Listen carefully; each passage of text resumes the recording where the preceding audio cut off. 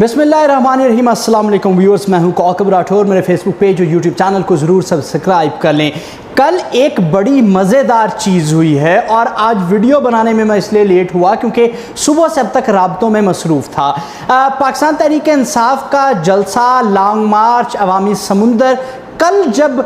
G14 के पास आया और गोलड़ा मोड़ से कश्मीर हाईवे पर चढ़ा, तब तक रात 2 बजे का वक्त था। तब तक मैं इस वक्त को मॉनिटर कर रहा था, इस मार्च को, लेकिन उसके बाद मुझे सोना पड़ा। जब मैं सुबह सो के उठा तो मैंने देखा कि इमरान खान साहब ने कश्मीर हाईवे पर आते साथ ही तकरीर की और वो वहाँ से चले गए और इस लॉन्ग मार्च को ख़त्म कर दिया गया। मैंने फ़ौरन अपना मोबाइल फ़ोन उठाया और रवाबित शुरू किए ताकि मैं पता करूँ पाकिस्तान तहरीक इंसाफ के रहनुमाओं से कि आखिरकार मामला क्या हुआ है। मेरी फ़ोन कॉल काफ़ी लेट उठाई क्योंकि ज़ाहिर है रात के इस जमे गफ़ीर के बाद अक्सर रहनुमा सो चुके थे। तो तकरीबन 1:30 बजे के बाद जब मेरा राब्ता शुरू हुआ तो मैंने चंद सवाल पूछे। सबसे पहले मैंने एक सवाल पूछा कि आपने किया क्या है ये, तो आगे से मुझे हंस के जवाब आया कि आप देख लीजिएगा कि 6 या 7 दिन में क्या होने जा रहा है। तो मैंने पूछा क्या होगा, उन्होंने कहा हुकूमत का धड़न तख्ता होगा। इसके बाद मैंने पूछा ये मामला शुरू कहाँ से हुआ, तो मुझे आगे से जवाब मिला कि जब हमने अटक क्रॉस किया था तो हमें ग्रीन सिग्नल्स आने शुरू हो गए थे और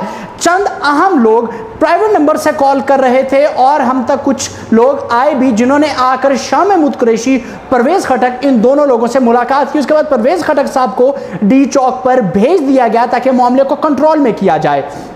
पहली चीज़। दूसरा, मैंने फिर इसके बाद सवाल पूछा कि अब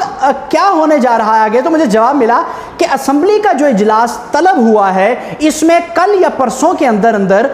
तमाम जो बिल्स हैं उनको मंजूर किया जाएगा और परसों की नौबत ही नहीं आई, आज ही ओवरसीज पाकिस्तानियों से हक छीन लिया है वोट का, जिसमें कहा जाता था कि ओवरसीज शख्स पाकिस्तान में आके क्यों वोट कास्ट करे, वो तो पाकिस्तानी है ही नहीं, जबकि उसका पैसा हलाल था और जबकि नेशनैलिटियाँ रख के यहाँ पे इलेक्शन लड़े जाते रहे हैं। इसके बाद इलेक्ट्रॉनिक वोटिंग मशीन का सिस्टम खत्म कर दिया गया। इससे नुकसान ये बहुत बड़ा होगा कि घूस वोट जो है वो डलता रहेगा, जैसा पहले भी एमकेएम नशिस्तें जीतती रही है घूस वोट पर से। इसके बाद नैब के कवानीन में तरमीम की गई।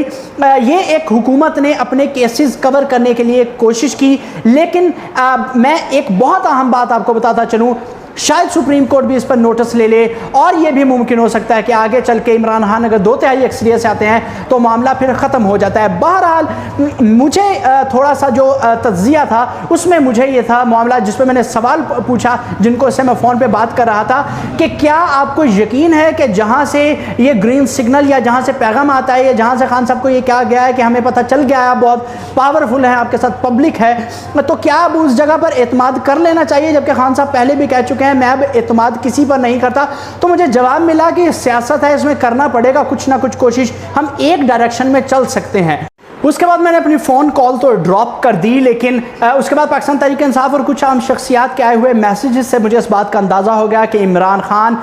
जब हसन अब्दाल क्रॉस कर गए थे तो उनके साथ ये डील डन हो चुकी थी कि वो सिर्फ आज का ये जलसा ख़त्म कर दें और इसके बाद हुकूमत जा रही है। दूसरी तरफ हम देखें, एक तरफ आसिफ अली जरदारी ने बड़े बाबांगे दोहल कहा था कि अगस्त 2023 में इलेक्शन